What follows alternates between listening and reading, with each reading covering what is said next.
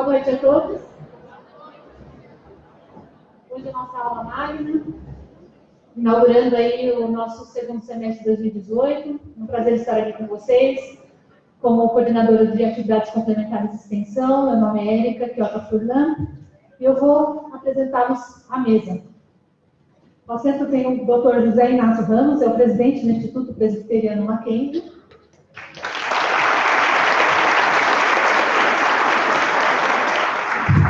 Ao lado dele, todos conhecem o professor Gilson Alberto Novaes, nosso diretor do CCT.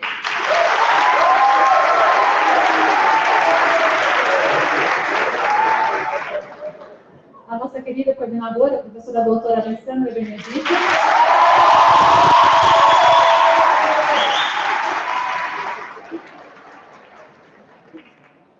Também temos o professor Edilson Vitarelli, o organizador.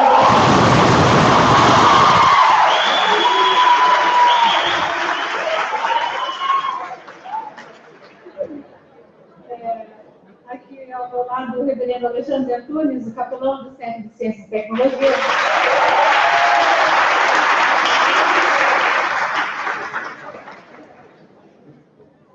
Convido o doutor José Paulo para compor a mesa. Cadê o doutor José Paulo? Está na plateia? Venha para cá, doutor.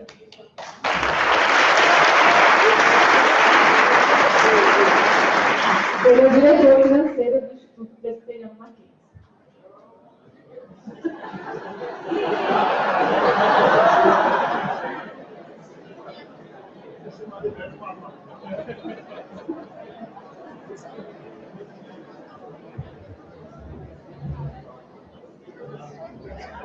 E com muito prazer eu anuncio o Dr. Luiz Guilherme Marinoni, palestrante desta noite.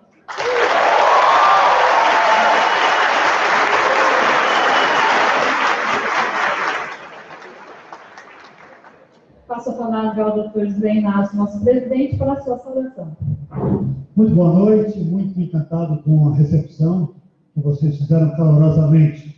A professora coordenadora de vocês, o professor Edilson também, estou vendo que ele está quase um tiririca, aceitação absoluta, mas eu tenho certeza mesmo que o nome da noite, nosso querido Dr. Marinoni, que é nosso parceiro no Mackenzie, algumas empreitadas, eu disse a ele que uma vez empreitando qualquer coisa com Mackenzie, vai ser sempre assim, é difícil largar. E vocês fizeram muito bem, professor Edilson, fizeram muito bem em marcar essa data tão significativa com um nome como o Dr. Luiz Guilherme Marinoni, um nome conceituado, respeitado, conhecido, e vocês certamente se encantarão com o que vocês ouvirão. Dr. Zé Paulo, de fato, muito bem aplaudido, porque ele tem a chave do cofre, tá certo? Ele é o diretor financeiro. Ele costuma dizer que ele abre o cofre quando eu peço para ele abrir, ou fecha quando eu peço para fechar, mas ele é o nosso competente diretor financeiro de responsabilidade socioambiental, juntamente com outros 3 diretores, Dr. José Rintz, que não pôde estar aqui. Dr. José Rintz é o responsável, a área de infraestrutura dele é que fez a reforma desse auditório, da fachada do seminário, de toda ela, então a área de desenvolvimento e infraestrutura, Dr. André Ribeiro, da área de estratégia de negócios, e Dr. Solano, da educação básica. Mas a minha palavra é rápida para cumprimentar os senhores, alunos, alunas, e a confiança que vocês depositam em trazer suas mensalidades ao Mackenzie para obter aqui ensinamento de qualidade e no nosso curso de Direito, muito bem conceituado e reconhecido, e quero dizer a vocês que a diretoria executiva, que eu presido desde 2016, tem o compromisso sempre de fazer valer cada real que vocês trazem em forma de mensalidade. Vocês conhecem os nossos programas de bolsa, muitos são beneficiados do nosso programa de bolsas, e nós somos filantrópicos, e por isso nós temos um programa muito aparente de bolsas, que certamente muitos de vocês utilizam, mas aos que trazem qualquer quantidade em mensalidade, quero dizer para vocês de compromisso nosso, da diretoria executiva, de fazê-lo valer verdadeiramente, retornando com salas de aulas adequadas, professores extremamente competentes para oferecer o que nós sabemos fazer de melhor, que é a educação. Nós temos tradição, sim, em inovar também na educação.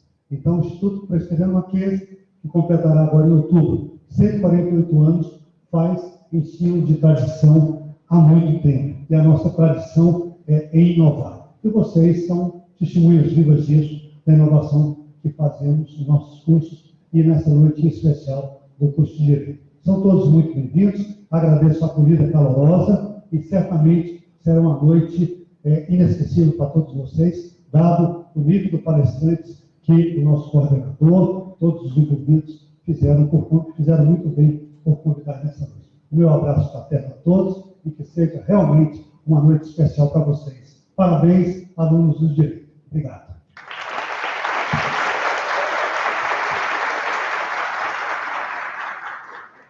Agora eu convido a tribuna, o nosso reverendo Alexandre, para a devocional.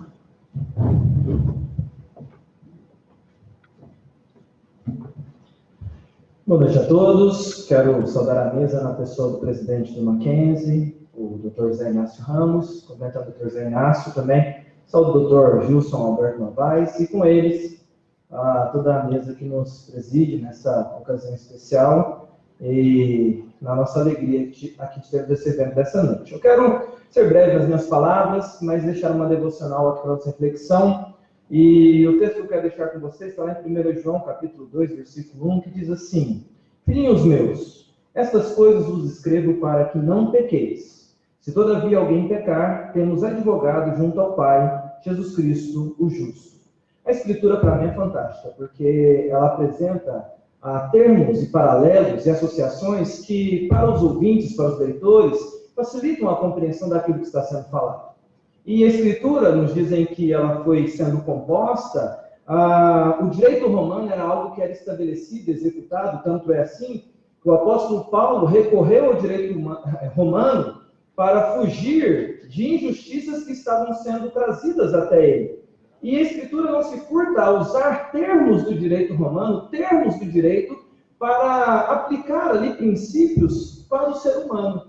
E é esse texto maravilhoso que eu gostaria de deixar para vocês aqui nessa ocasião, porque nós temos tribunais humanos para recorrer e vocês o tempo inteiro estão se preparando para isso, para viver, quem sabe, a vida inteira dentro de tribunais, para lutar pela justiça, pela causa, pelo direito do oprimido, em busca da justiça verdadeira. Mas e com respeito à nossa alma? Como que fazemos para recorrer quando a nossa alma precisa de algo para resgatar?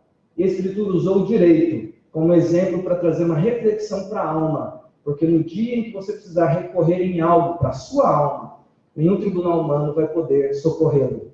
Mas a Escritura usa um exemplo e me chama a atenção nesse sentido, que Jesus Cristo, ele é sempre chamado na Escritura pelos melhores adjetivos.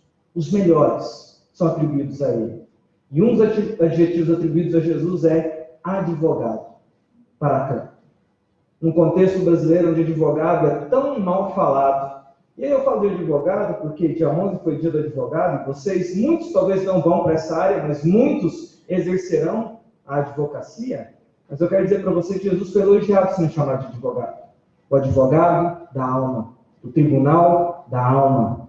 Um dia vamos precisar cuidar da nossa alma. E quando esse dia chegar, nem o melhor dos juízes dessa terra poderá cuidar do seu coração, da sua alma. Mas a Bíblia fala, usando a linguagem do direito, de um bom advogado que é de graça. O nome dele é Jesus. No dia que você precisar dele, recorra a ele. Ele está pronto para atender a sua causa, aquela que ninguém vê, mas é a mais importante. É a causa da eternidade, é a causa do coração, é a causa da sua história. Que Deus nos abençoe e que o que possamos meditar aqui nessa noite nos leve a ser uma sociedade melhor no nosso país. E eu gostaria de orar, pedindo que Deus possa nos abençoar nessa jornada, dessa palestra, dessa aula magna do dia de hoje. Se você pudesse colocar em pé, vamos fazer uma oração.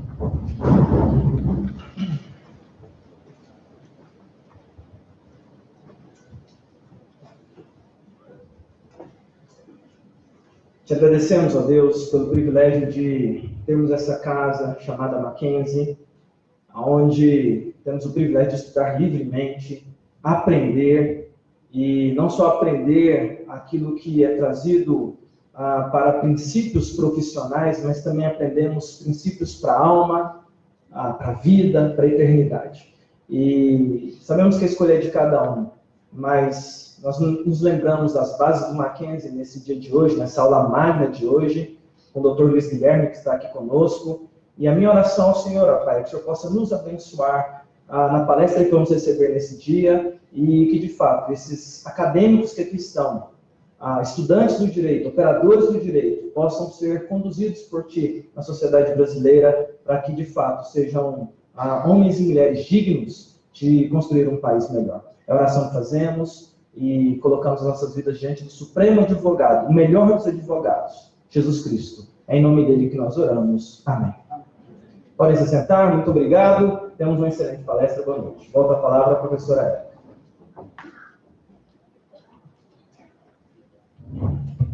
Antes de passar a palavra ao professor Edilson Vitorelli, quero lembrar a todos que, na verdade, comunicar, lembrar, porque alguns já estão sabendo, a semana que vem será a nossa semana jurídica, do dia 20 ao dia 24. A comunicação oficial da semana chegará no e-mail dos representantes ainda até amanhã. E então peço que todos fiquem atentos, porque foi preparado com carinho, tanto período da manhã, período da noite, várias atividades, e vocês receberão o comunicado, tá bom? Passo a palavra ao professor Edilson e despeço de todos vocês. Obrigada, boa palestra.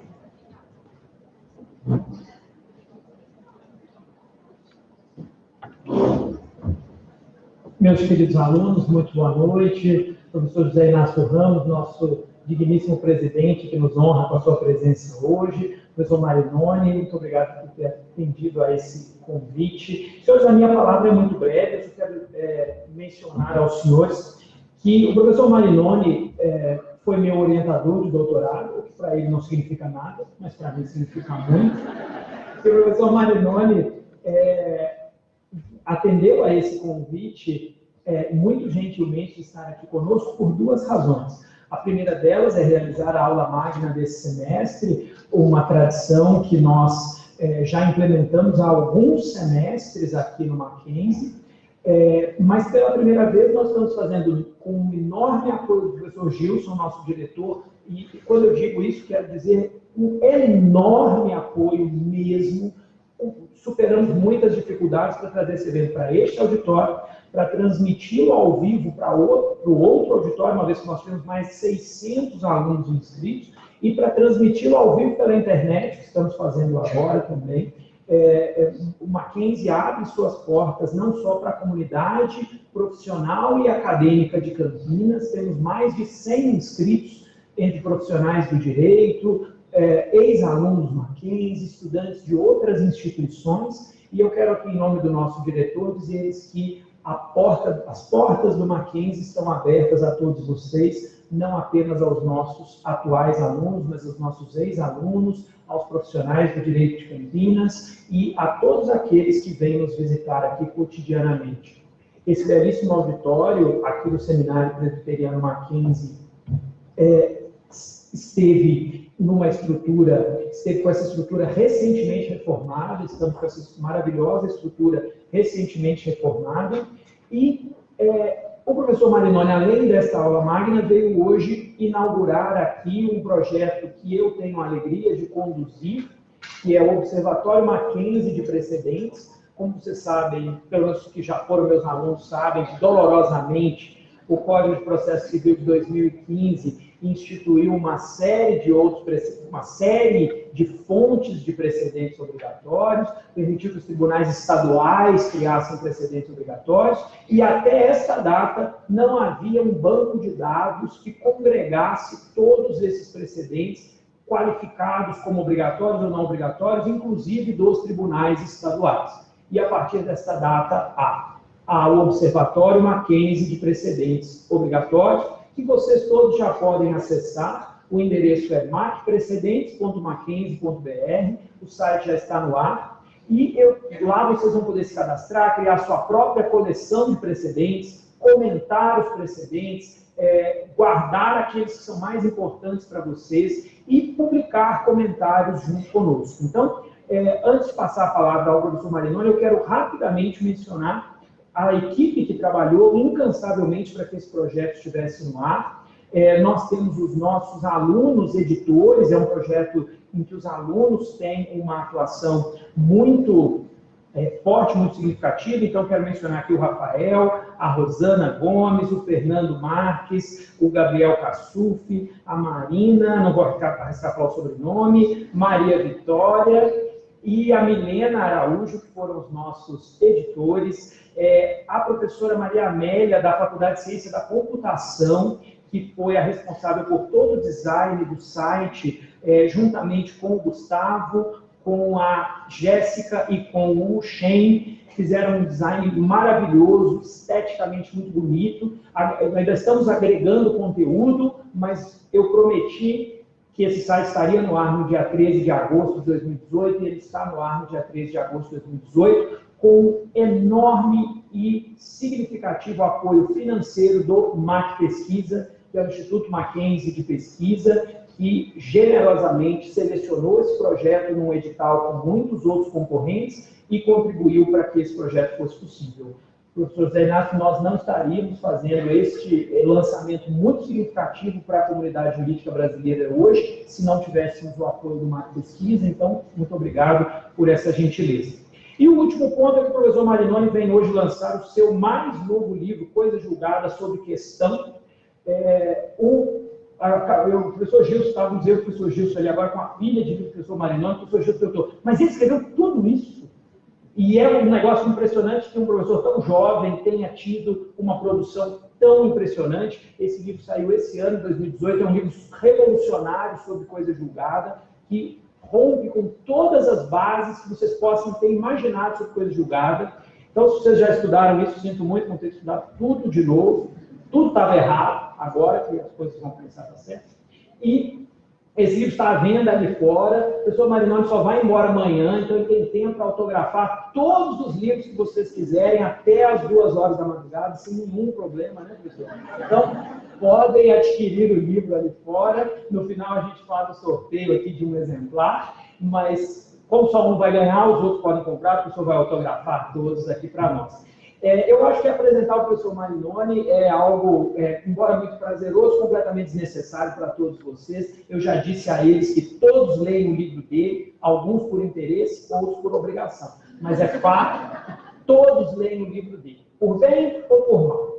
E o professor Marinoni é professor titular de Direito Processual Civil na Universidade Federal do Paraná, é pós-doutor em Direito, publicou incontáveis livros, é seguramente um dos maiores processualistas do planeta na atualidade. Então, com muita alegria, eu passo a palavra ao professor Luiz Guilherme Marinoni. Muito obrigado.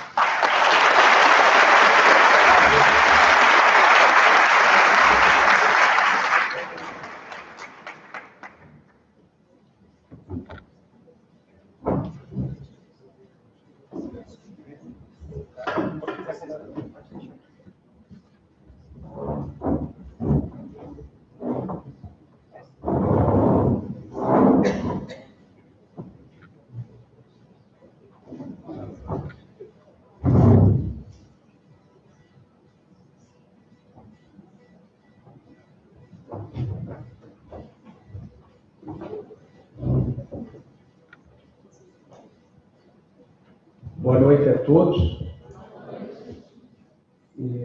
Eu gostaria de cumprimentar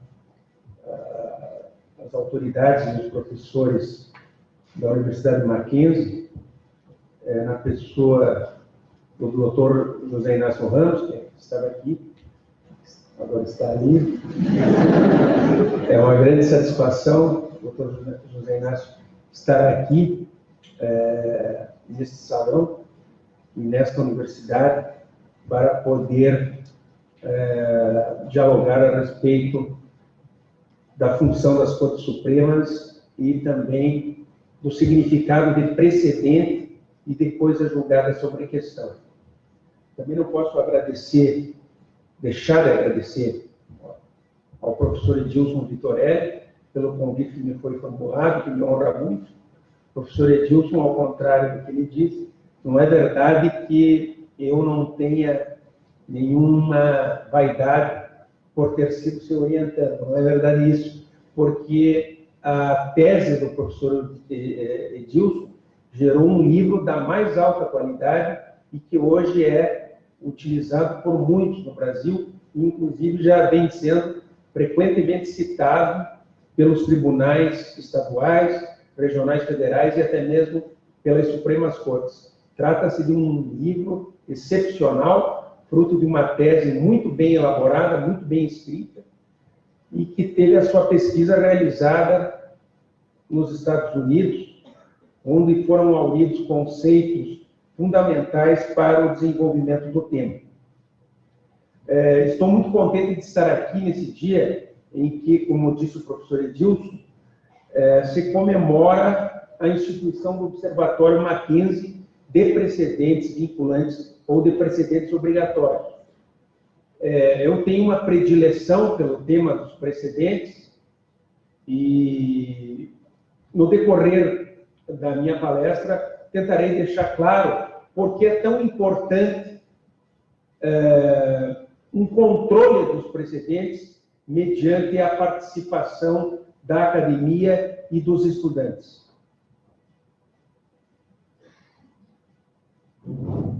Como estou hoje lançando um livro sobre coisas julgadas sobre questão, estou, então, há algum tempo tratando desse tema, coisas julgadas sobre questão, e também tenho muito interesse no tema dos precedentes, e venho escrevendo sobre o tema há algum tempo. Eu quero fazer uma relação, eu pretendo fazer uma relação entre o tema dos precedentes e o tema da coisa julgada sobre questão.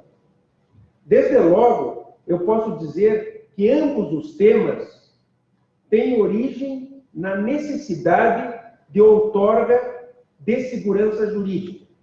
Segurança jurídica, no sentido de previsibilidade da reação do judiciário em vista dos atos e das condutas das pessoas no cotidiano. Eu imagino que a previsibilidade é um valor moral imprescindível para o homem se desenvolver no Estado de Direito. A previsibilidade também, como todos sabem, é algo indispensável para a realização frutífera da economia de mercado.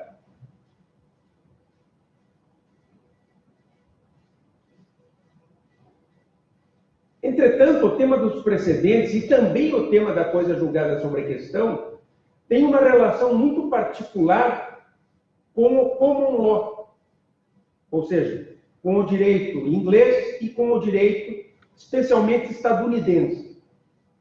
É possível se dizer que esses dois temas que nos interessam hoje são intimamente ligados ao direito estadunidense e não ao direito continental europeu, que, como todos sabem, influenciou o direito brasileiro e o direito da América Latina, dando origem às suas primeiras bases.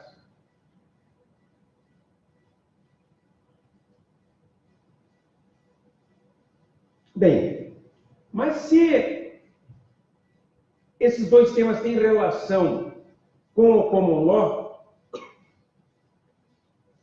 onde estaria a associação desses temas com a segurança jurídica? Muito bem. Todos vocês devem saber que o civil law, o direito continental europeu, especialmente, é um direito marcado pela legislação e, a princípio, pelo chamado conceitualismo.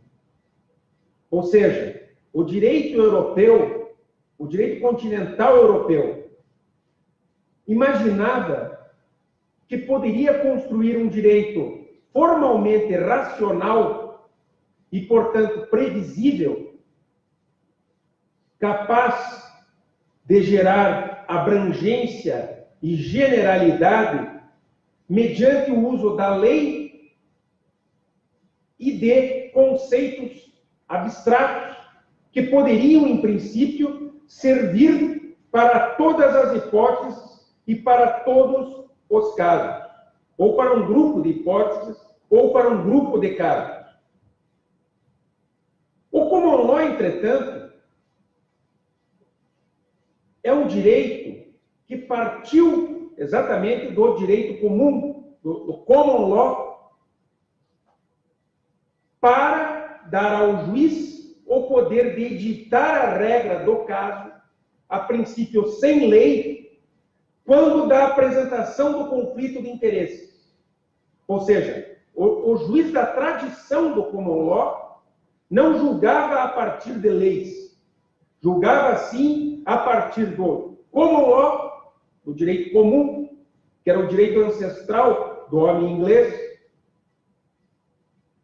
e instituía a regra para o caso que estava sendo analisado e diante das suas especificidades.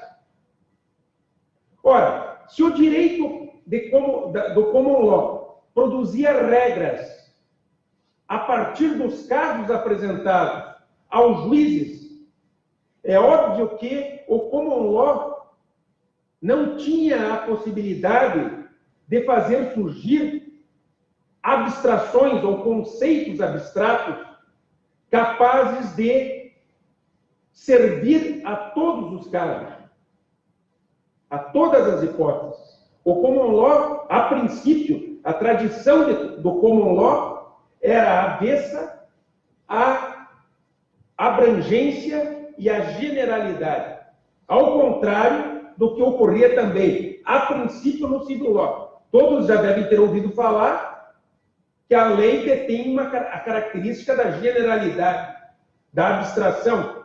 A lei deve ser geral para todos, deve abranger todas as situações da mesma forma.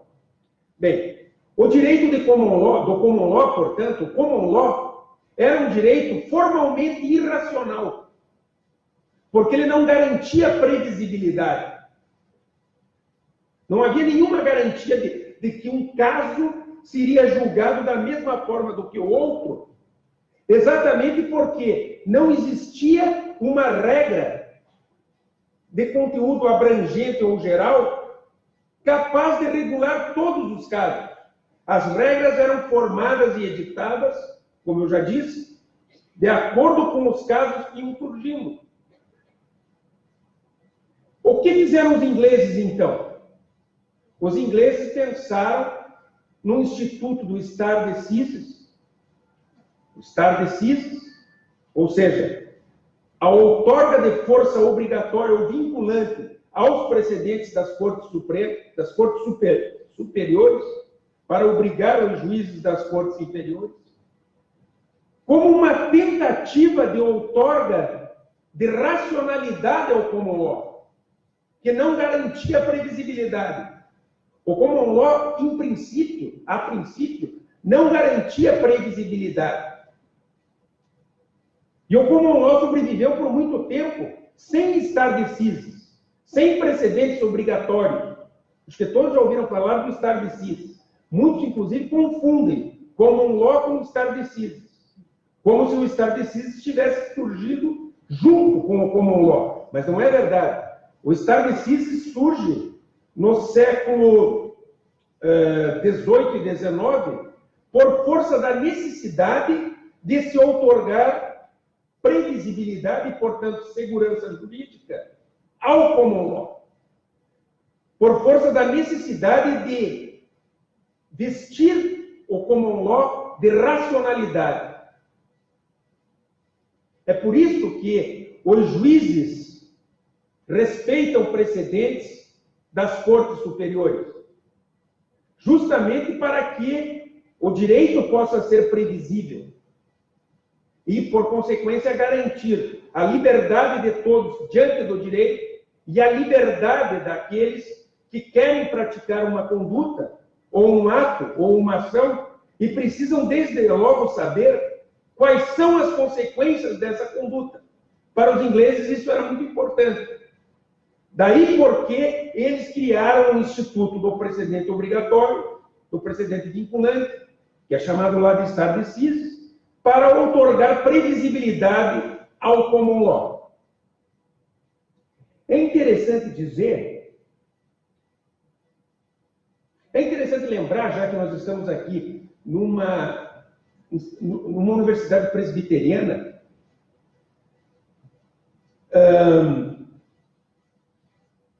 que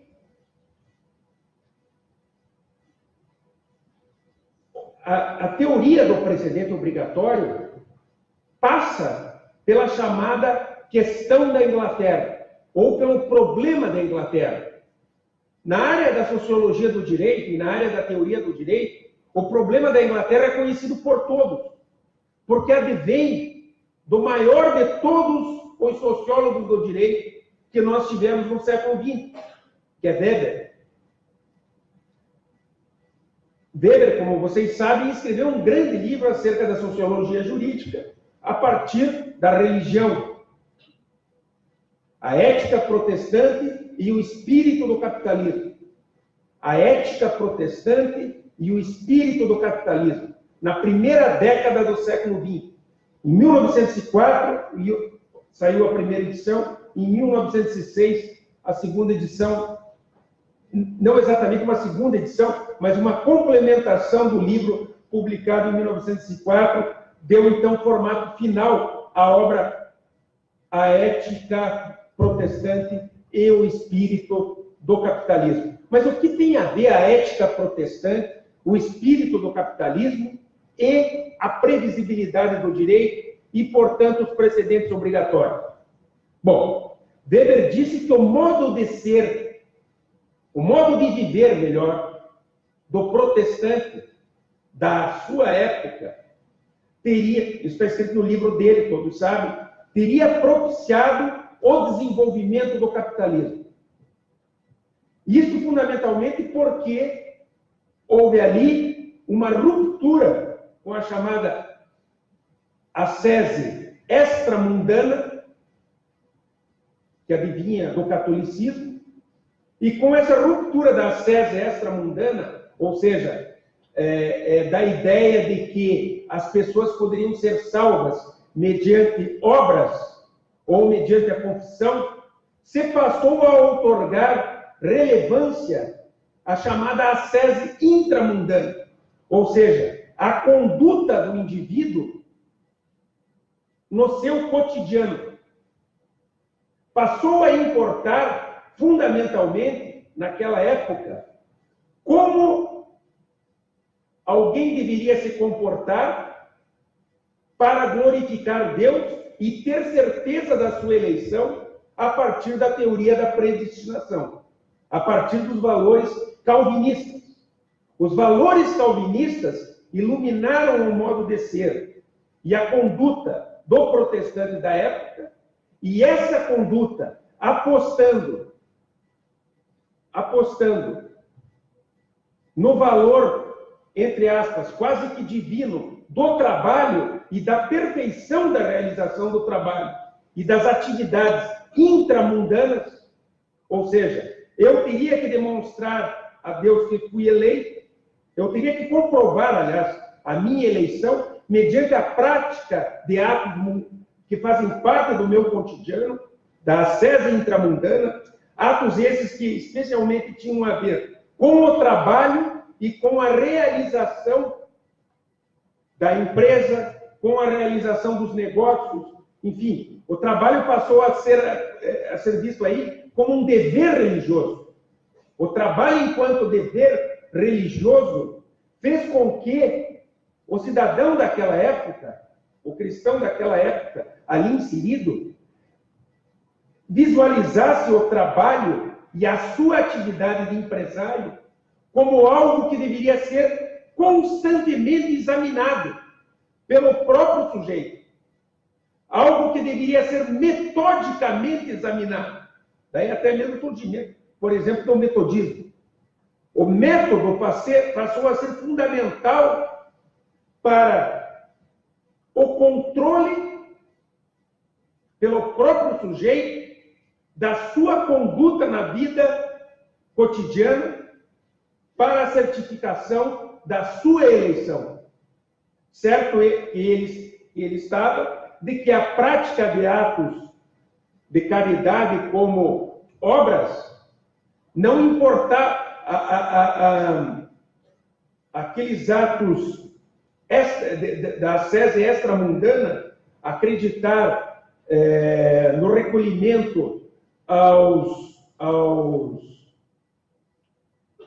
a reza, etc., etc., isso não bastava. Era preciso que os atos do cotidiano, especialmente o trabalho e a atividade do comerciante, pudessem glorificar a Deus e atestar, constituir sinal da eleição.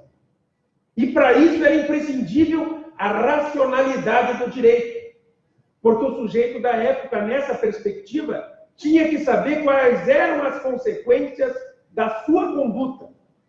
Vejam, eu não estou falando aqui a partir da perspectiva teológica, eu não estou falando de religião, eu estou falando de sociologia. É o nosso maior sociólogo no mundo, Max Weber, que diz que o comportamento das pessoas de determinada região, caracterizado especialmente pelos valores do calvinismo, teriam propiciado o desenvolvimento do capitalismo. Mas por quê? Deixou também ele claro. Porque este sujeito sabia que precisava controlar as consequências das suas condutas, para ter certeza que estava fazendo o certo, aquilo que glorificaria a Deus. Para ele ter essa certeza, ele precisava de um controle introspectivo até mesmo, e extremamente metódico, e, portanto, da racionalidade do direito, especialmente da previsibilidade do direito. Para ele, portanto, o conceitualismo e a lei eram fundamentais, enquanto garantia do que poderia ser dito pelo juiz em face de uma conduta ou de uma ação, ou de um investimento, por exemplo. Isso era fundamental. Então, como se responde ao problema da Inglaterra? Os críticos de Weber, alguns sociólogos que chegaram a criticar Weber, disseram: peraí, mas você está dizendo que a ética protestante deu origem ao desenvolvimento do capitalismo, sobretudo na Inglaterra, que, como todos sabem, é o berço do capitalismo, quando, na verdade, também todos sabem que o direito inglês era formalmente irracional? Como que você explica isso? Se eles tinham um direito formalmente irracional, não baseado na lei e não baseado nos conceitos, como eles tinham a possibilidade de controlar as consequências das suas condutas? Isso fica muito claro no volume 2 de Economia e Sociedade, de Max Weber. Max Weber, embora tenha confessado que o common law era formalmente irracional, deixou claro que o stare decisis contrabalanceava a irracionalidade do direito inglês primitivo. O direito inglês primitivo foi contrabalanceado e teve a possibilidade de gerar previsibilidade por conta do instituto do stare decisis, ou seja, da obrigação de os juízes e dos tribunais respeitarem os precedentes das Cortes Supremas. Agora, o que acontece no civil law? No civil law, o caminho é inverso. Em meados do século XIX, e no final do século XIX, imaginava-se no civil law que a lei seria suficiente para garantir a segurança jurídica, que os conceitos abstratos elaborados pela doutrina seriam suficientes para garantir a abrangência e a generalidade das decisões para diferentes casos conflitivos. Bom, o problema é que já por volta de 1920, 1930, antes das grandes guerras, antes da Segunda Grande Guerra, o desenvolvimento da teoria da interpretação já demonstrava que do que não há como se confundir direito com texto legal. Porque muitas vezes de um texto legal advém várias interpretações, várias normas jurídicas. Foi quando a doutrina, então, fez a separação entre texto e norma jurídica. Com a Segunda Guerra e a necessidade, ou melhor, e o surgimento do constitucionalismo, quando a Constituição passa a garantir a justiça e a controlar os vários aspectos da lei, daquilo que era produzido pelo legislador, e surge, portanto, o dever de se declarar inválida, nula, a lei desconforme a Constituição, e também o dever de interpretar o texto legal conforme a Constituição. É óbvio que a letra da lei, a lei em si, passa a valer muito pouco ou quase nada em termos de segurança jurídica e de previsibilidade. Ora, é óbvio, se imaginava-se que o texto da lei garantia igualdade de todos, todos eram iguais perante o texto, garantia previsibilidade, porque o juiz podia declarar a norma contida no texto. Com o tempo, fica claro que a norma não está contida no texto. A norma é extraída a partir do texto mediante diretivas que são utilizadas através de eleições valorativas. Quem interpreta não extrai a norma do texto, mas sim investiga para constituir uma nova norma a partir do texto e de critérios valorativos. Todo mundo sabe que é assim hoje. Ninguém mais nega, ninguém mais supõe que um juiz pode, que a função do juiz é a de declarar o que está contido no texto. Ninguém é mais ingênuo a esse ponto. Ninguém mais supõe, imagina, que texto legal é direito. Texto legal não é direito. E é exatamente por isso que a tarefa de construção do direito, de frutificação do direito, não depende só do legislativo. A frutificação do direito depende do juiz e também da doutrina. A doutrina colabora para a frutificação do direito, mas, sobretudo, os juízes, ao decidir, determinam como o texto da lei deve ser aplicado conforme os variados casos concretos. Seja porque, em grande número de casos, o texto legal não é suficiente para explicitar uma única interpretação.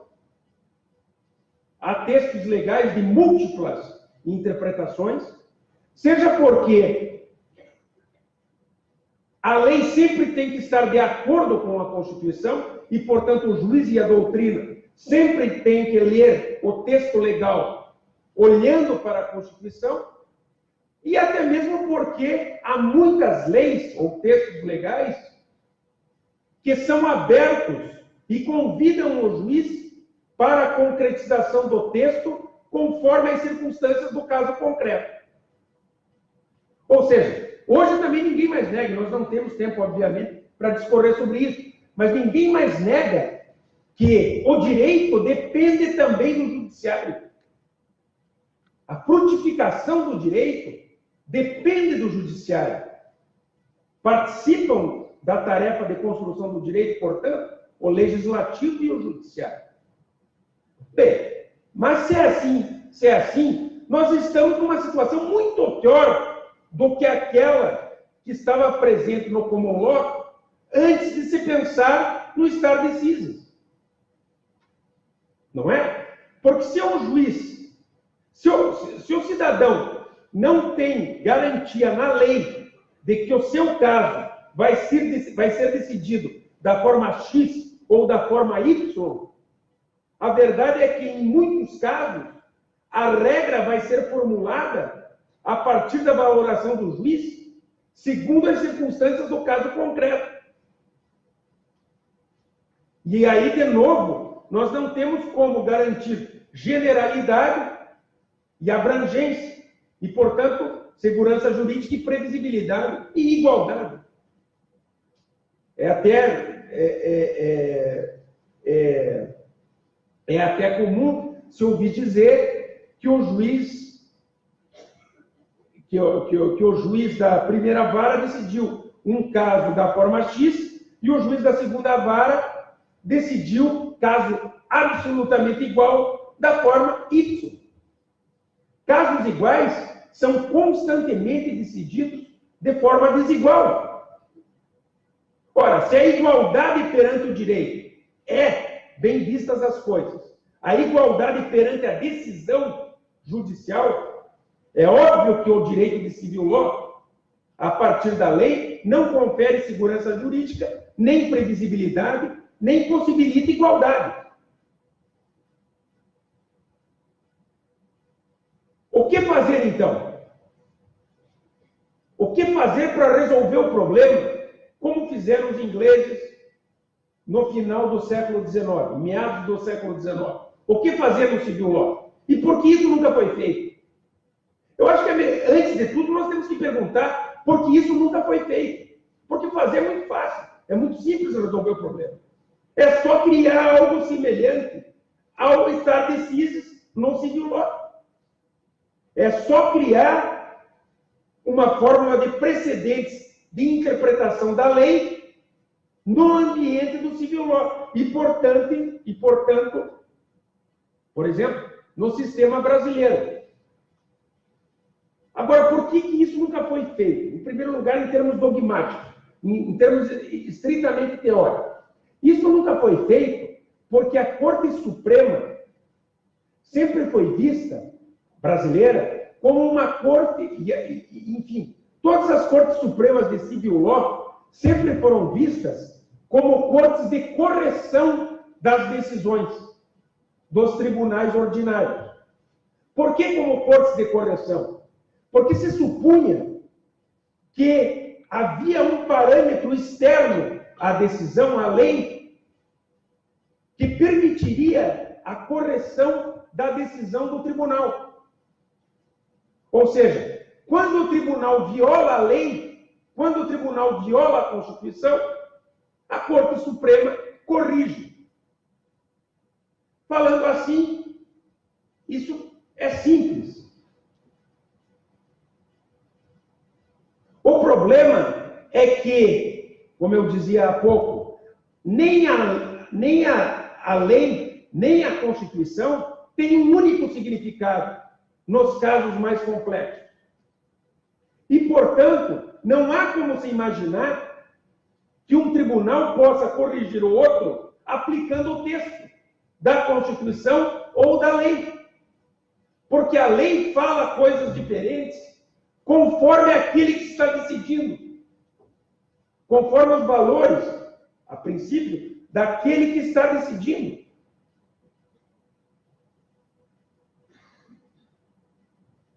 De modo que aquela velha ideia de que a Corte Suprema servia para garantir a unidade do direito objetivo, a unidade do direito objetivo para o país inteiro, é um mito.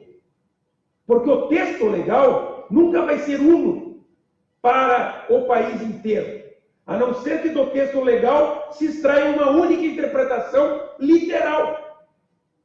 Mas os casos complexos não são resolvidos mediante interpretação literal. Eles exigem interpretação sistemática e daí por diante. É exatamente por isso que a função da Corte Suprema não é de corrigir a partir da lei. A função da Corte Suprema é de definir a correta interpretação da lei. Qual é a norma extraível do texto que deve valer para o território nacional e para todos os casos? Qual a norma que, a partir do texto legal ou da Constituição, deve regular todos os casos concretos? Essa é a função da Corte Suprema. Não a de corrigir a partir do texto, mas a de definir qual das normas extraídas do texto deve valer. E por que deve existir uma Corte Suprema para definir uma das interpretações possíveis a partir do texto legal? Ora, porque a segurança jurídica é imprescindível, a previsibilidade é imprescindível, porque todos devem ser iguais perante o direito. E sem com que isso aconteça, sem que exista uma corte capaz de definir a norma que do texto legal deve valer para todos os casos, a partir do texto legal deve valer para todos os casos, é impossível se garantir segurança jurídica e, portanto, previsibilidade e também igualdade. É simplesmente impossível. É por isso que, dessa função indispensável no Estado de Direito das Cortes Supremas, tem-se como consequência simples e pura a figura dos precedentes obrigatórios. Se nós vivemos num Estado de Direito, e se a previsibilidade é um valor moral imprescindível para a sobrevivência de um cidadão nesse ambiente e para o desenvolvimento da economia de mercado, é óbvio que nós temos que ter uma única interpretação extraível como válida do texto legal para regular de modo igual todos os casos conflitivos concretos e para gerar possibilidade de previsibilidade. A previsibilidade aí, até mesmo, se coloca à frente da possibilidade de se pretender ter diversas interpretações para o mesmo caso, supondo-se que isso poderia propiciar decisões mais justas. A previsibilidade é requisito do Estado de Direito. A segurança jurídica é condição sine qua non do Estado de Direito.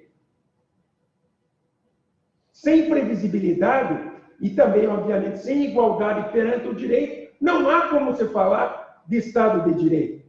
Portanto, se nós temos um judiciário que participa do processo de frutificação do direito ao lado do legislativo, é imprescindível que no judiciário exista um órgão, é um órgão de dentro, as Cortes Supremas, para definir a interpretação que deve valer para todos os casos concretos, evitando-se, portanto, que juízes interpretando de modo diverso a lei, cheguem a decisões completamente díspares para casos absolutamente iguais, em violação à igualdade e à previsibilidade.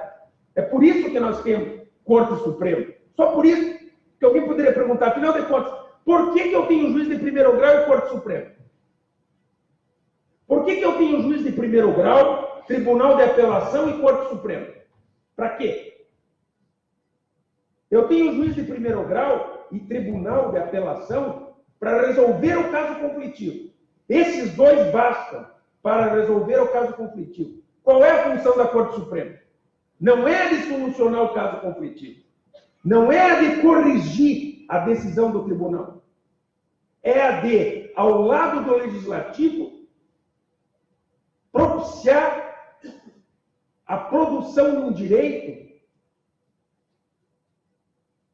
capaz de adequadamente regular a vida em sociedade. Cabe à Corte Suprema definir o sentido do direito, atribuir sentido ao texto legal, atribuir sentido à lei. Essa é a função da Corte Suprema. Atribuir sentido à lei, atribuir sentido à Constituição. Essa não é a função do Tribunal de Apelação. Essa não é a função do juiz de primeiro grau. Eles julgam com base no direito. Mas o direito surge do precedente instituído pela Corte Suprema. O juiz de primeiro grau e o tribunal devem aplicar a lei quando a interpretação literal é suficiente.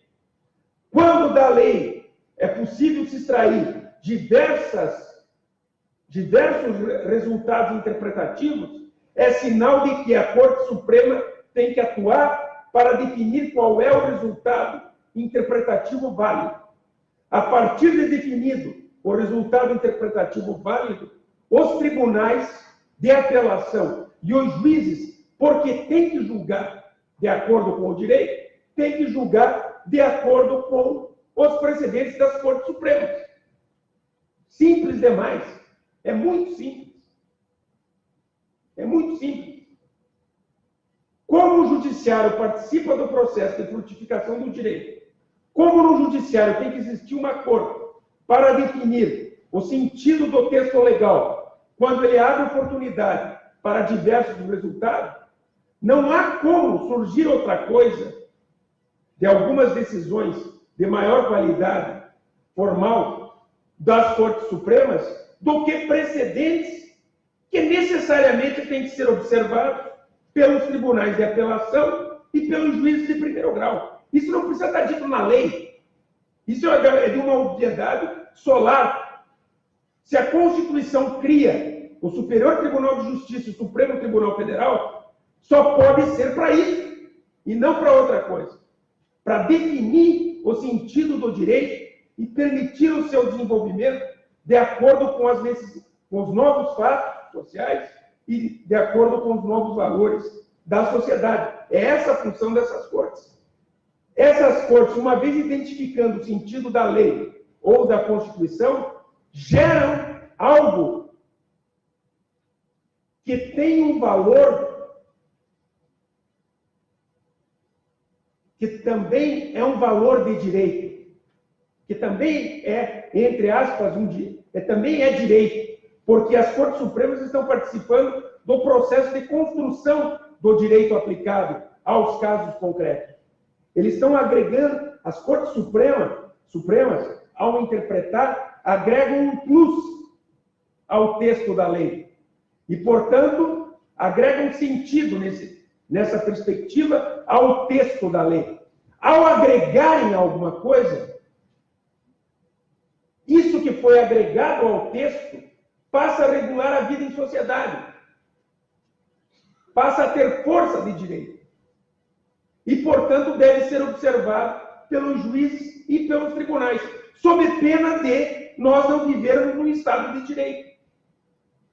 Se nós não temos um direito único que regula a vida em sociedade, não há segurança jurídica e não há igualdade. E, portanto, não há Estado de direito.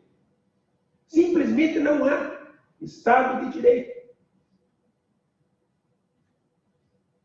Daí porque, então, os precedentes obrigatórios ou os vinculantes nada mais são do que uma consequência da função das Cortes Supremas no direito contemporâneo. E por que é importante um observatório de precedentes? Por que é importante? Por que é fundamental um observatório de precedentes? Ora, todos imaginavam, e aqueles que ainda estão presos ao século XIX ainda supõem, que a lei era o bastante para garantir igualdade e previsibilidade. Já ficou claro que não é, e nem pode ser. Um texto não garante nada. As pessoas devem ser iguais perante a decisão e não perante o texto da lei. O texto da lei não garante nada. O que garante são os precedentes, a previsibilidade. Entretanto, se os precedentes agregam sentido ao texto, E, portanto, há aí, entre aspas, uma função criativa das Cortes Supremas. Nós temos normas, entre aspas, que estão a regular a sociedade surgindo das mãos de pessoas não eleitas pelo povo. Se o Estado de Direito reclama a democracia e, portanto, um direito que seja instituído pelos parlamentares eleitos pela maioria, como se ter, ao mesmo tempo em que o caso é como se ter a lei para regular o caso e, ao mesmo tempo, em outros casos mais complexos, dar ao juiz, conferir ao juiz de primeiro grau e ao tribunal o dever de se comportar de acordo com o precedente editado por uma corte composta por ministros que não têm a mesma legitimidade democrática dos parlamentares. Obviamente que aqui não se trata de saber se eles são melhores ou piores. O que importa aqui é que os parlamentares são eleitos e os membros das Cortes Supremas não. Se eles não são eleitos, como que eles podem ditar normas que regulam a vida em sociedade? Eles carecem de um déficit de legitimidade. Isso é evidente. É óbvio que eles carecem de um déficit de legitimidade em determinada perspectiva. E, portanto, surge daí um outro problema. Muito bem, se são eles que criam o direito que resolve os casos complexos e os tribunais e juízes a eles estão submetidos, quem os controla? Já que eles não passam pelo escrutínio do voto. Quem os controla se eles não são eleitos? Quem os controla é a opinião pública. Quem os controla é a academia, são os estudantes de direito, são os advogados, é a imprensa, é a comunicação social. Os precedentes, justamente porque associam as particularidades do caso e aos textos legais, ingredientes que advêm, muitas vezes, quase que sempre, né, de eleições valorativas de cada um dos ministros das cortes, têm que ser controlados pelo povo. E, fundamentalmente, por aqueles que podem ter, desenvolver uma tarefa de efetiva crítica aos precedentes. Eu não estou dizendo que a salvação está na academia, nas faculdades de direito, nos advogados e nos estudantes de direito, em detrimento daqueles que estudam medicina e dos médicos. Por exemplo, é claro que tudo está na mão da população, mas é óbvio que um estudante de direito, um advogado e um professor de direito têm melhores condições do que um dentista ou um médico de controlar um precedente de uma Corte Suprema. Controlar no sentido de ofertar à comunidade críticas às opções valorativas que deram origem ao precedente.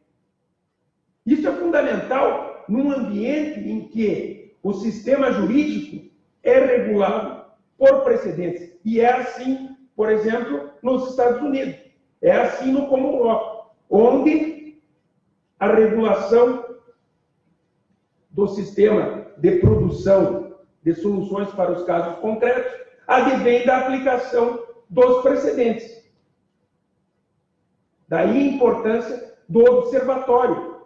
O observatório permite uma visualização crítica por parte daqueles que estão estudando o direito e colaborando, portanto, para o seu debate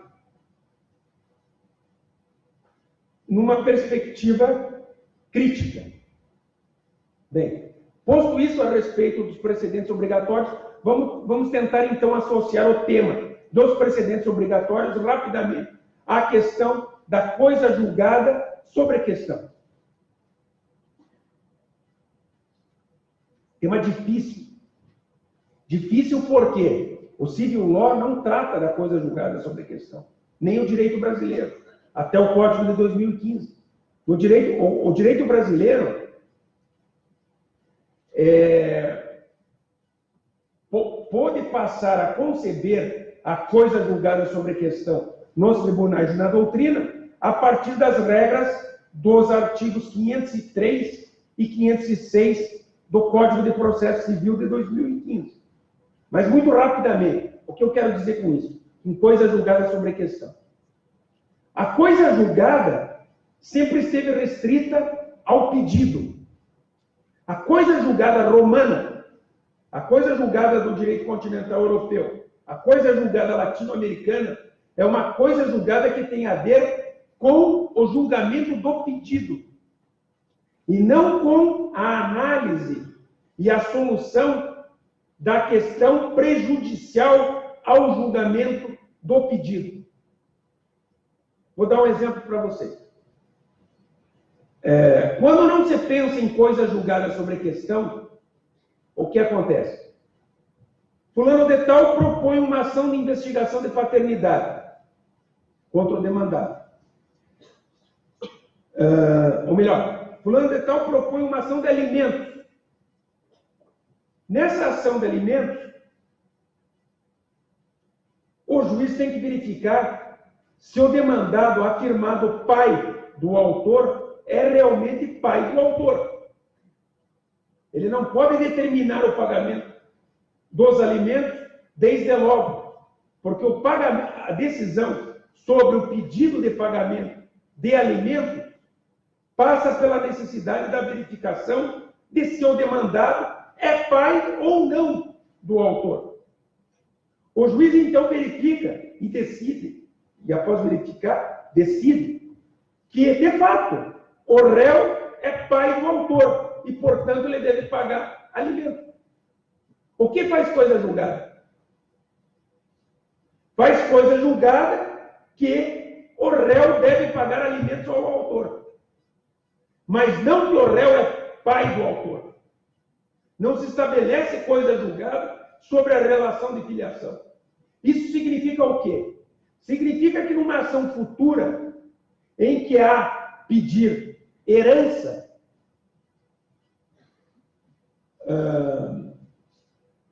ou fizer outro pedido em face do próprio demandado, pedido esse que dependa da análise de se ele, autor, é filho do demandado, outro juiz poderá definir a questão da relação de parentesco de forma diversa da decisão que foi tomada no primeiro processo em que houve a condenação do réu a pagar alimento. Ou seja, o que se torna imutável na ação de alimentos, a princípio também, porque tem outros problemas aí, mas a princípio é que o réu deve pagar alimentos ao autor. Agora, nada impede que numa outra ação, um outro juiz chegue à conclusão que o réu não é pai do autor. Porque sobre a questão prejudicial não recai coisa julgada. Um outro exemplo simples. Se em face de um acidente de veículos, alguém propõe uma ação contra o condutor,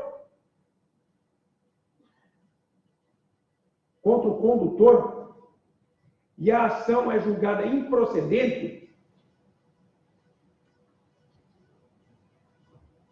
reconhecendo-se que não houve culpa do condutor diante do acidente, nada impede, a princípio também, que o autor proponha uma ação contra o proprietário do veículo. Se o autor propõe uma ação contra o proprietário do veículo, o proprietário do veículo poderá dizer: que há coisa julgada na ação proposta contra o condutor, que deve determinar a extinção do segundo processo? Obviamente, de acordo com os princípios da coisa julgada romana, que vigiam no nosso ordenamento até 2015, não. Simplesmente porque, nesse caso, eu não tenho as mesmas partes.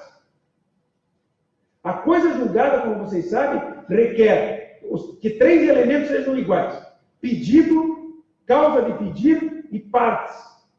As partes devem ser iguais, o pedido e a causa de pedido. No caso da ação de alimento e da segunda ação, não há o mesmo pedido.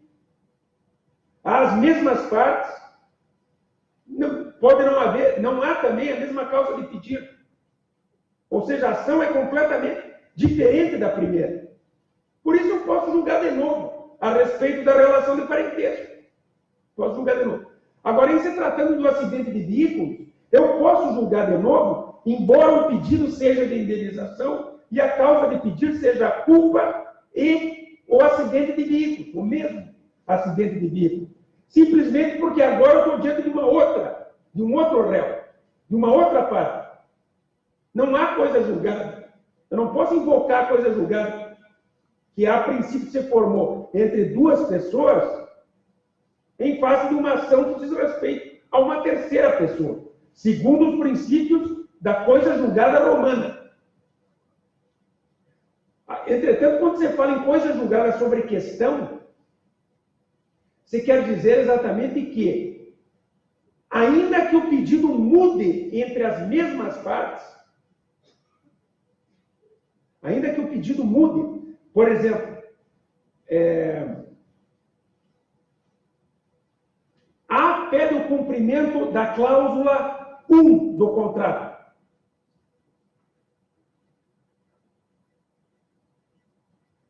Nessa primeira ação, o juiz declara a invalidade do contrato. O juiz declara a invalidade do contrato.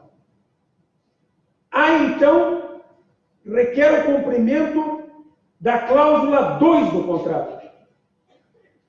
Ele está pedindo o cumprimento de outra prestação. É outro pedido. A princípio, portanto, não há coisa julgada. Mas ele pede o cumprimento de outra cláusula do mesmo contrato. O juiz está obrigado a reconhecer que o contrato já foi declarado nulo numa primeira ação? Segundo os princípios da coisa julgada romana, não. O juiz não está obrigado.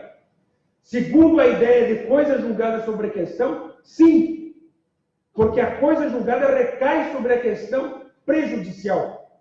Se o juiz declara a invalidade do contrato, jamais alguém poderá pedir o cumprimento de outra cláusula contratual a partir do mesmo contrato.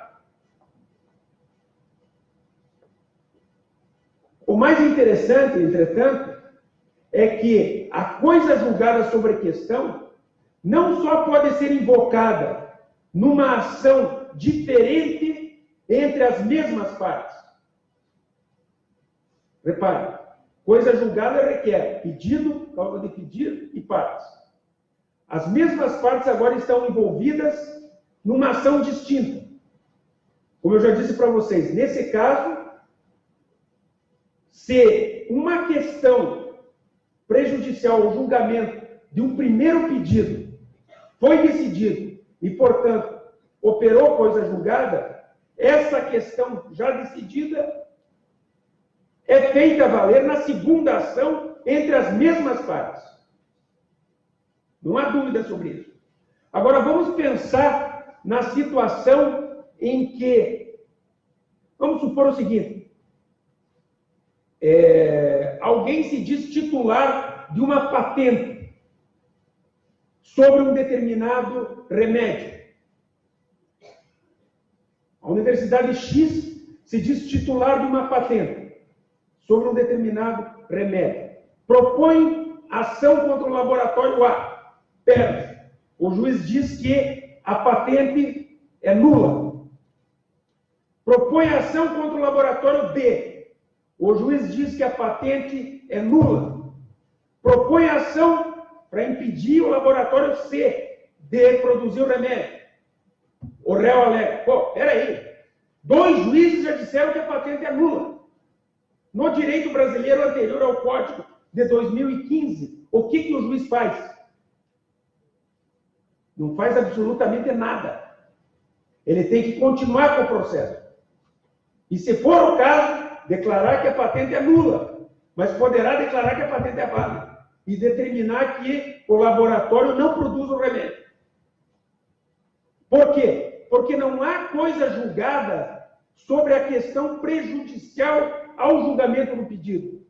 Quando eu peço que o laboratório A não use a patente para fabricar o remédio, o que eu peço é que o juiz comine multa para obrigar o laboratório X a não produzir o remédio. Esse é o pedido. Eu peço que Vossa Excelência obrigue que o laboratório X não produza o remédio. Esse é o pedido. O problema é que, para o juiz saber se pode determinar que o laboratório X não usa o remédio, ele tem que saber se a patente invocada pelo autor para justificar a proibição da fabricação do remédio é uma patente válida ou não, porque o réu está alegando que ela é inválida. Há uma questão prejudicial ao julgamento do pedido.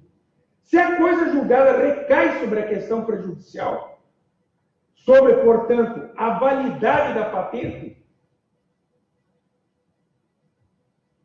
o autor não pode propor mais nenhuma ação contra nenhum laboratório com base na patente.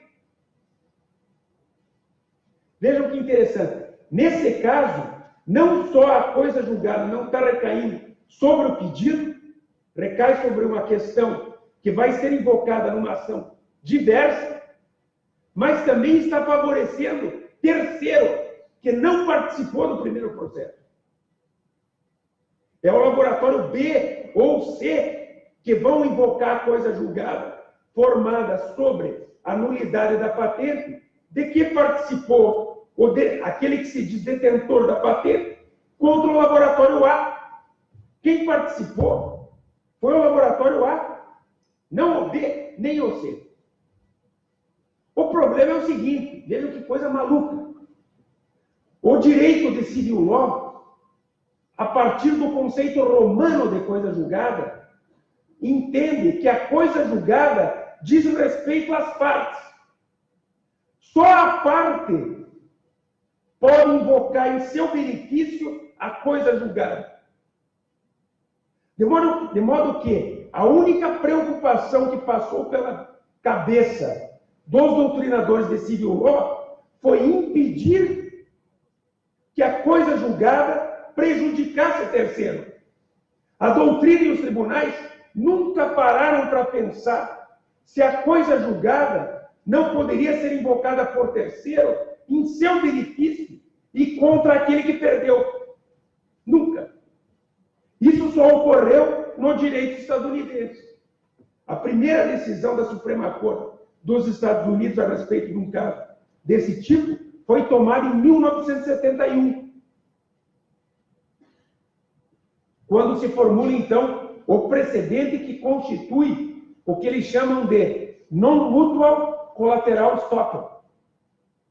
Ou seja, a coisa julgada em, vamos colocar entre aspas, coisa julgada em benefício de terceiro.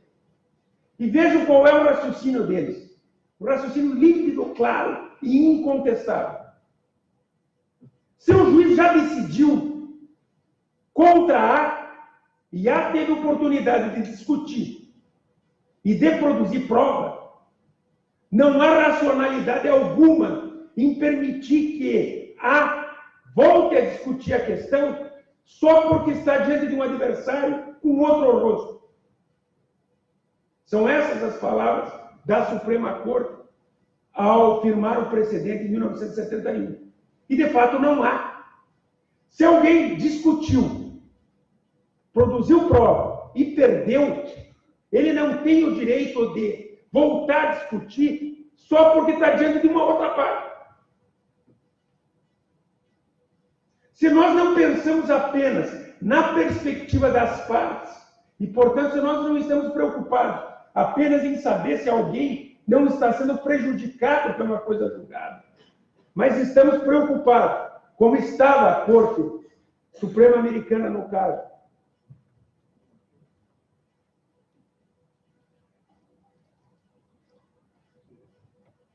Se nós estamos preocupados com a segurança jurídica e com a eficiência da administração pública, da administração da justiça, vejam que coisa interessante. A Suprema Corte Americana preocupada com a eficiência da administração da justiça, no sentido de que a administração pública não pode decidir mais de uma vez uma mesma questão com o dinheiro dos contribuintes. No civil law, ao que parece, nós imaginamos que o dinheiro brota em árvore, que ele não vem do bolso dos contribuintes, e que, portanto, todo mundo tem direito de propor a ação que quiser e rediscutir tantas vezes quantas quiser a mesma questão. Porque não se pensa aqui em termos de eficiência, certamente porque nós devemos ser muito mais ricos do que os Estados Unidos. É a única justificativa que nós teríamos para não pensar em termos de eficiência. Pensar só em termos de garantia. Que direito tem alguém de discutir mais de uma vez uma mesma questão? Direito nenhum. Direito algum. Quem discute mais de uma vez uma mesma questão está, na verdade, usufruindo do Poder Judiciário de má fé para denegar justiça a um terceiro que tem todo o direito de invocar o que já foi decidido no processo anterior contra aquele que já discutiu. O que não é possível apenas é que a coisa julgada prejudique quem não participou. Um exemplo, que também vem da Corte Americana. Esse primeiro caso de 71 é o chamado caso Blonder-Tongue versus Universidade de Illinois. Um outro segundo caso emblemático, que foi resolvido pela Suprema Corte Americana, é Richard versus Condado de Jefferson.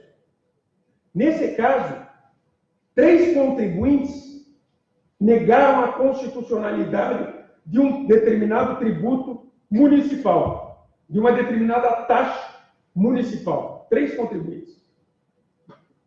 Perderam, porque o juiz e a Corte Distrital chegaram à conclusão de que o tributo era constitucional.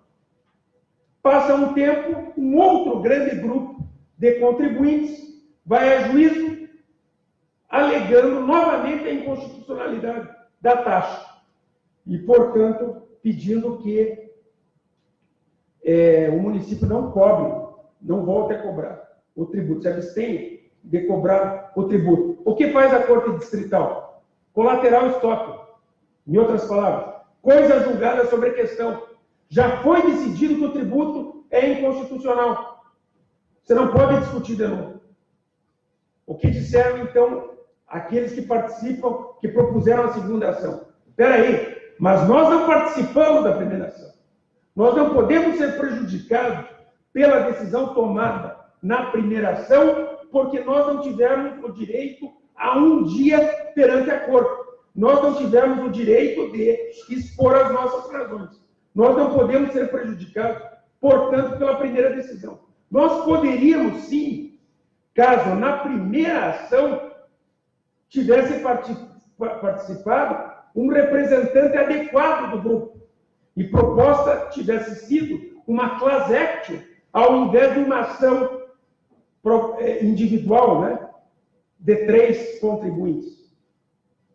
Foi a Suprema Corte, e a Suprema Corte dizia, de fato, tem razão. A Corte Distrital não pode invocar colateral estoppel, em primeiro lugar, porque ela está prejudicando pessoas que não participaram da primeira. demanda. E, em segundo lugar, porque a primeira demanda não é uma class action. Da primeira demanda não participou um representante adequado daqueles que agora estão propondo a segunda ação. De modo que violado foi o direito a um dia perante a corte. Com isso, eu quero simplesmente esclarecer que a coisa julgada sobre a questão só pode beneficiar. Mas por que ela tem um parentesco com o colateral stop? Com o sistema de precedentes obrigatório? Porque a coisa julgada sobre a questão também garante a segurança jurídica e a previsibilidade. E também garante a eficiência do sistema judicial, na medida em que elimina a possibilidade da relitigação da mesma questão.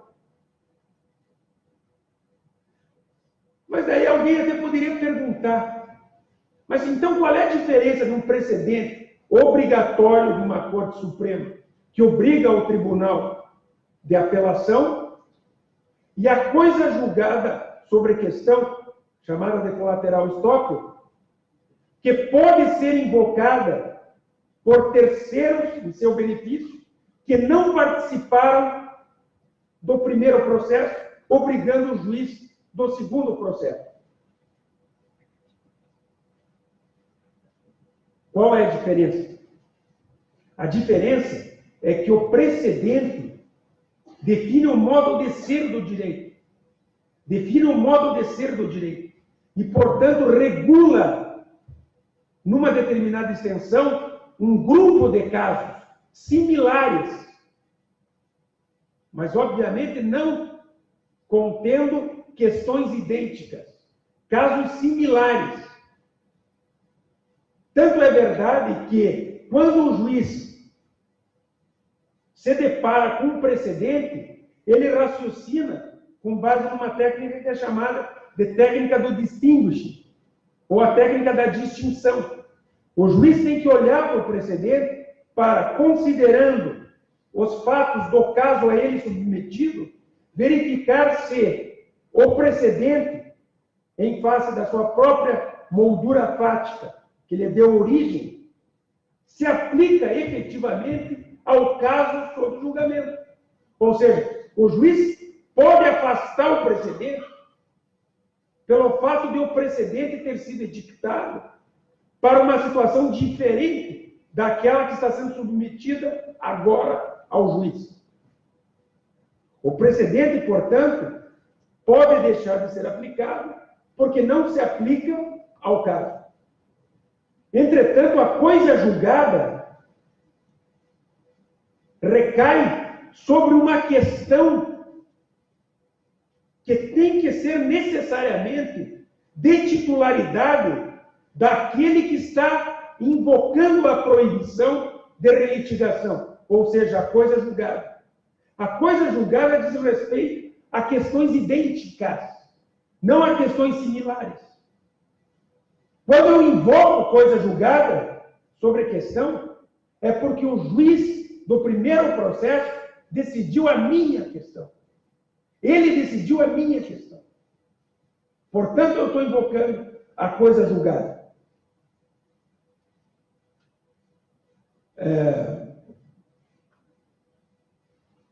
Quando eu estou diante de um precedente, quando eu invoco um precedente, eu não estou dizendo que o tribunal, ao eleger o precedente, decidiu a minha questão. Eu estou dizendo que o tribunal, ao decidir o caso X, elaborou uma norma ou um precedente que pode ser utilizado quando presentes determinadas circunstâncias fáticas. Se o meu caso se inclui dentro desse grupo de casos submetidos a esse precedente, o juiz vai ter que julgar com base nesse direito. O precedente é o direito. A coisa julgada é a resolução da decisão, idêntica. O precedente é o direito elaborado pela corte para regular um caso. Se o direito que deve ser utilizado para regular um caso se aplica ao meu caso em face da sua similitude, o mesmo precedente deve ser utilizado. Portanto, o juiz não pode afastá-lo. Poderia, se o caso fosse distinto. Entretanto, quando eu estou diante da coisa julgada sobre questão, eu estou pensando na decisão da minha questão, que já foi decidida, embora eu não tenha participado do processo. A minha questão já foi decidida. Só que a decisão sobre a minha questão não é um direito que se aplica a casos similares, para os juízes decidirem casos similares. A coisa julgada sobre a questão obsta ao juiz de decidir a mesma questão, porque ela já foi decidida. Ela não regula um outro caso similar. Mais ainda, a coisa julgada sobre a questão, obviamente, não pode ser revogada. Já o precedente pode. Se eu estou num caso, o autor alega um precedente, o réu diz que esse precedente está superado por conta de uma nova concepção geral acerca do direito, ou por conta da transformação dos valores da sociedade ou dos fatos sociais. Esse precedente está superado. O réu, ao alegar que o precedente está superado, pode ir até a Suprema Corte para demonstrar que o precedente deve ser revogado. E, sendo o caso, o precedente será revogado. Agora, quando eu estou diante de coisas julgadas sobre questão, se o autor propõe uma ação contra o réu, ou vice-versa, o autor propõe uma ação e, desde logo, já invoca a coisa julgada sobre a questão, dizendo que o juiz não pode decidir aqui. Vamos pegar um exemplo.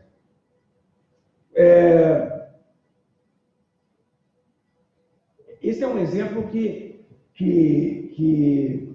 gera vários interrogantes e vários problemas teóricos, mas, como exemplo, ele é bem elucidativo. Um acidente de trânsito, um acidente de trem. Tem 100 pessoas que sofreram dano em virtude do acidente de trem. É proposta uma ação por um grupo de 10 pessoas.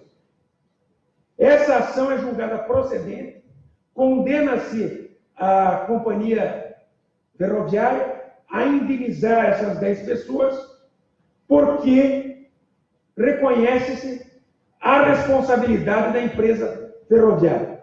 Ainda que se reconheça a responsabilidade objetiva, por exemplo. A responsabilidade objetiva da empresa ferroviária em virtude do acidente. Passa um tempo, um outro sujeito propõe uma ação de indenização contra a empresa ferroviária, pede indenização, invoca o mesmo acidente e a responsabilidade da empresa ferroviária e ainda diz assim, olha, e a questão da responsabilidade não pode ser discutida. Há coisa julgada em meu benefício contra a empresa ferroviária. A questão da responsabilidade não pode ser discutida. O que nós vamos discutir aqui é simplesmente o valor da indenização. É simplesmente o dano. E depois vamos quantificá-lo. Mas a responsabilidade não pode ser decidida.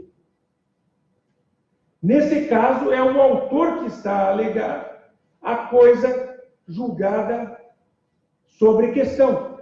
É óbvio que a coisa julgada sobre questão não permite que a empresa ferroviária diga há coisa julgada sobre questão, vamos revê-la, vamos revogá-la.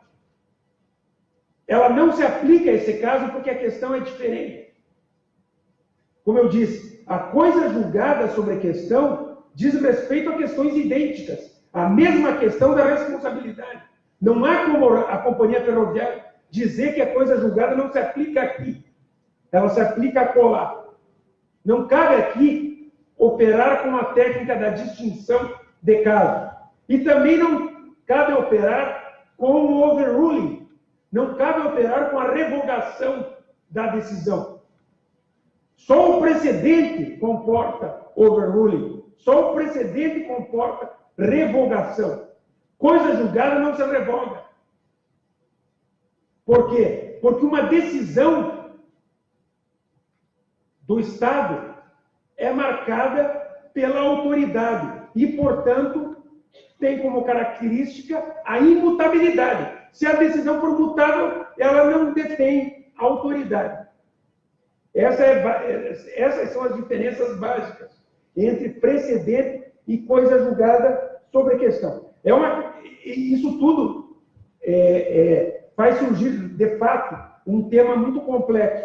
Seja porque os dois temas sobre os quais nós estamos falando são temas que não dizem respeito ao civil law e nunca disseram respeito ao direito brasileiro, e, portanto, nunca aqui foram desenvolvidos, seja porque também nos Estados Unidos, onde o tema é mais difundido, há grande debate acerca dessa questão, da distinção, da delimitação da coisa julgada sobre a questão diante dos próprios precedentes. Mas, enfim, eu quis trazer isso para vocês justamente porque nós estamos aqui, o professor Edilson me convidou para participar, e eu estou aqui com muito prazer falando sobre o tema, de uma discussão a respeito de um observatório, que diz respeito a um observatório acerca dos precedentes obrigatórios. Então, me pareceu, e isso tudo também se casa com esse meu último livro. E eu acredito, sobretudo, como doutrinador, ciente da sua responsabilidade social, que esses temas são imprescindíveis para o Brasil e para a administração da justiça brasileira, e para que o povo tenha uma justiça que esteja à sua altura, e não uma justiça de brincadeira, que muitas vezes é feita pelos tribunais, infelizmente, por conta da sua impossibilidade de produção de uma justiça de maior qualidade. Eu agradeço muitíssimo ao tempo de vocês, espero ter despertado a curiosidade de vocês a respeito do tema. Agradeço muito ao Edilson pelo convite que foi formulado, à professora Alessandra pela amabilidade e a cortesia de todos que me receberam na Universidade Mackenzie. Muito obrigado.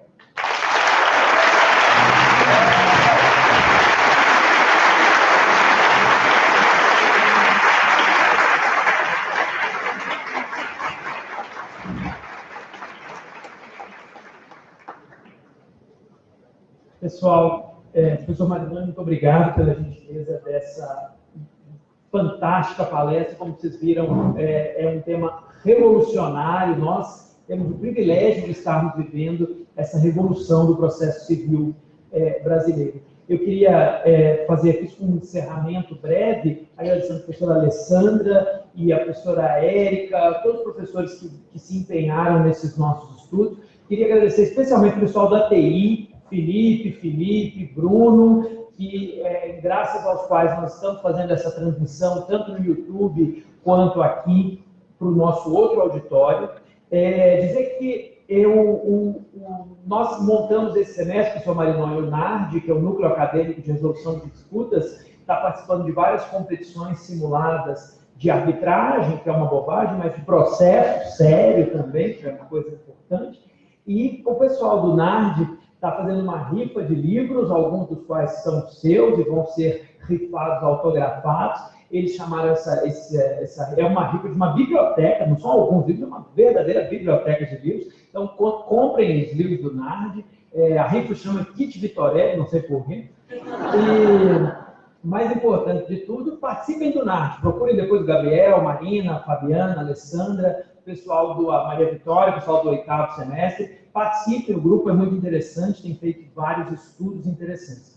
O professor Marinoni assume hoje a função de patrono acadêmico do Observatório Mackenzie de Precedentes. Além dessa palestra, o professor Marinoni disponibilizou gratuitamente lá no site do Observatório 5 dos seus artigos sobre precedentes, que ficarão agora disponíveis não apenas nos canais normais de publicação, mas também como um veículo dessa responsabilidade social do doutrinador, de um doutrinador que, como vocês viram, está preocupado não em construir teorias bonitinhas, elaboradas, que ficam muito bem no papel, mas em construir resultados sociais significativos, em construir uma teoria que, de fato, tem potencial para mudar o sistema brasileiro.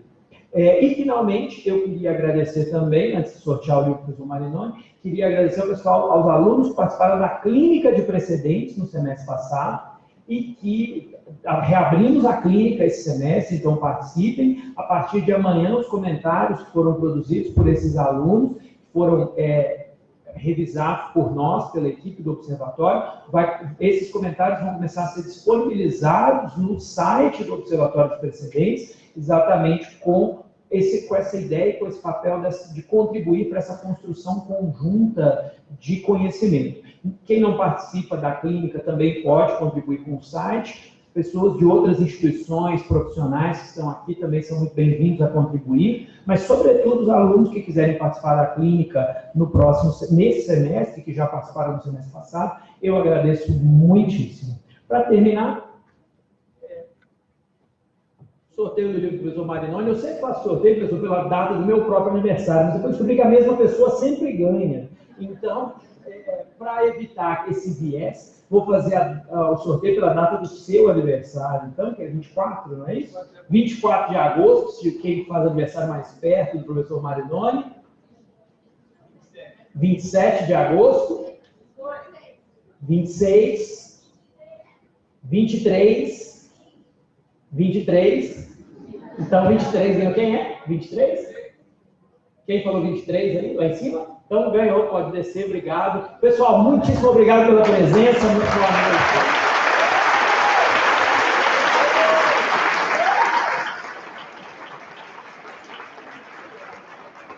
Quem tiver livros para autografar também pode subir, o professor Marinoni atende vocês.